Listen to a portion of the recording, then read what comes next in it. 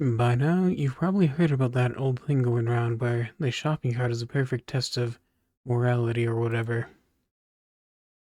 For those who haven't, a quick summary is that someone made this whole post where choosing whether or not you return your shopping cart to the correct area is a good way to tell if someone is selfish or not, because there is no consequence for leaving it in the parking lot and no reward for returning it. So the only reason to return it is because you just want to do something polite for the sake of doing something polite. However, a massive hole in this theory is that I always return my shopping cart, and I'm still a jackass. So, I thought it would be fun to think up some alternate ways to tell if someone is an asshole or not, because most of us don't do 100% of our socializing in the grocery store parking lot. And this is what I like to call situations I personally think show how considerate or unpleasant a person is based on a short interaction. Or people I think are jerks, because I probably have to shorten that for the video title. Test number 1, the dog paw test, or tail possibly, whichever. Most people who own a dog have at some point accidentally stepped on their paw or tail, and heard the little yelp they do. It happens, they get under your feet. Sometimes you're carrying something and you can't see them. It's unfortunate. But there are 3 ways I have seen people respond to this. The first one is the good route. They apologize to the dog and stop and give the dog pets to make amends. The dog doesn't know what that apology means and won't remember you stepping on them in 2 minutes, nor can they tell anyone what you've done. So there's no reason for this, aside from just general compassion for another living creature. And that's good. The second response is minor douchiness, more just self-centered, but not really malicious, and that's completely ignoring the situation altogether. And moving on, giving no response whatsoever. This one is oddly the least common I've seen people do.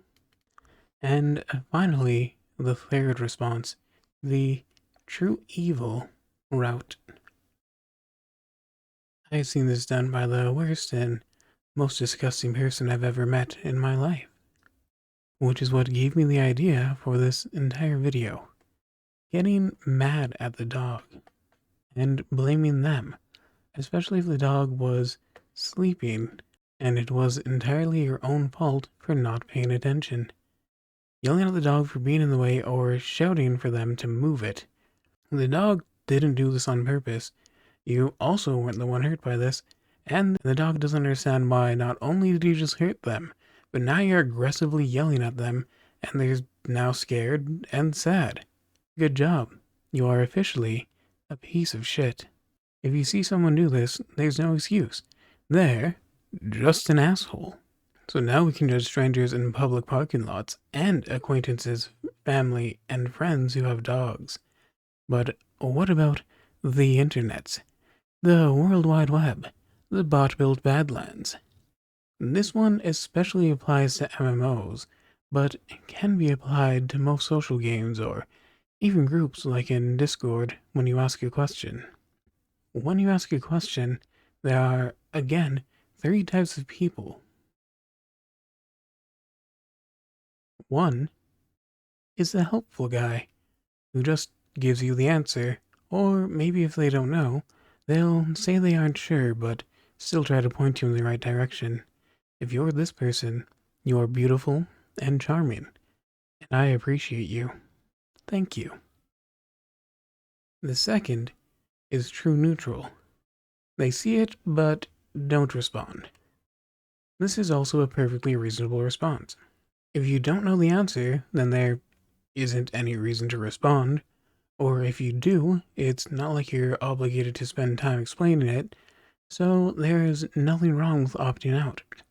That's okay. Not responding is still okay. You're not the Giga Chad hero from example 1. But you're not a bad guy either. Now, the final one. The asshole.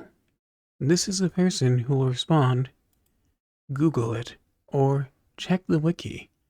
I'm gonna rant a little because I truly hate this person. Most of my teen years, I spent playing MMOs on an old laptop. It struggled to run browser tabs at the same time as games, and tabbing out was just a pain in the ass in general. Plus, when you join a guild labeled beginner friendly, you assume they're going to be willing to help you out with simple stuff, like answering questions. It isn't a big ask, and it's so much more convenient.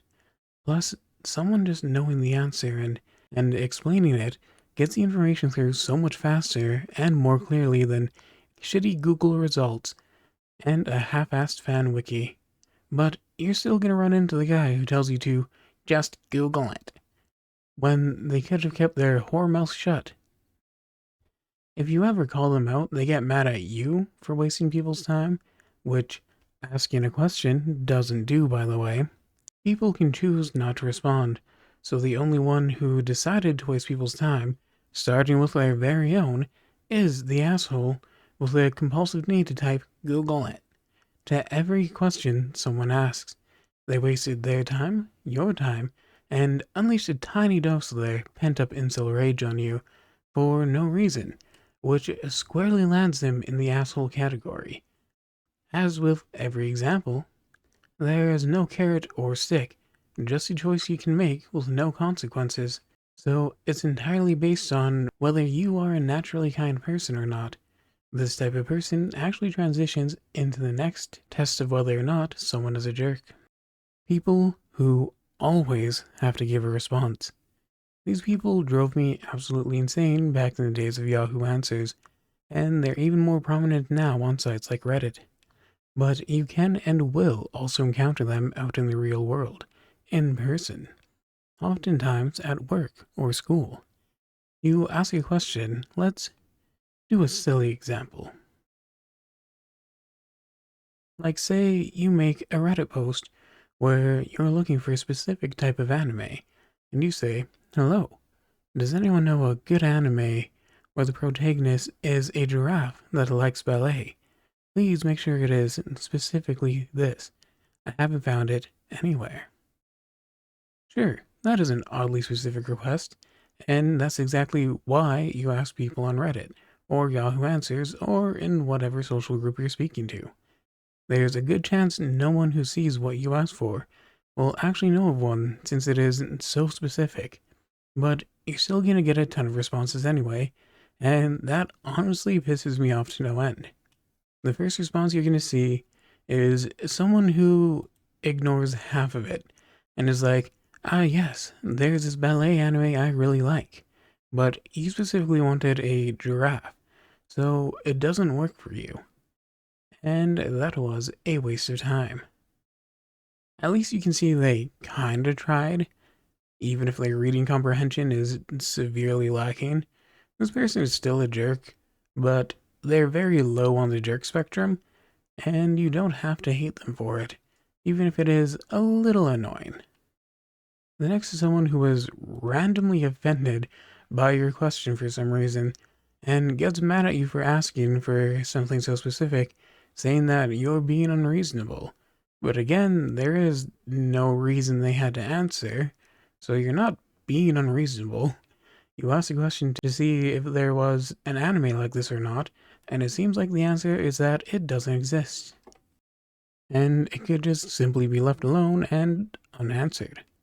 This person is the true asshole, who is definitely terminally online, and spends every waking moment looking for someone to argue with, since it's the only social interaction they ever get. A really sad existence, and definitely a dickhead. Then the last one is the most common out of all of them, and I hate this motherfucker with every fiber of my being because of how common they are.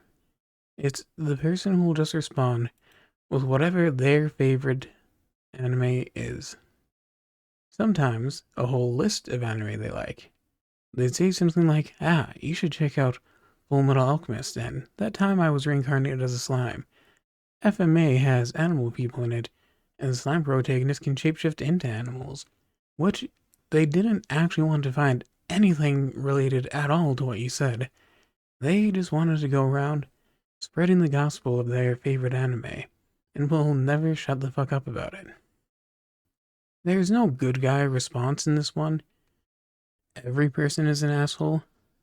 The only correct thing to do in order to not be an asshole is just to choose not to respond if you don't have an actual answer. This also applies in the real world too. Like asking someone for directions or how to do something like changing a grease trap at work or figuring out a problem for your science homework at school.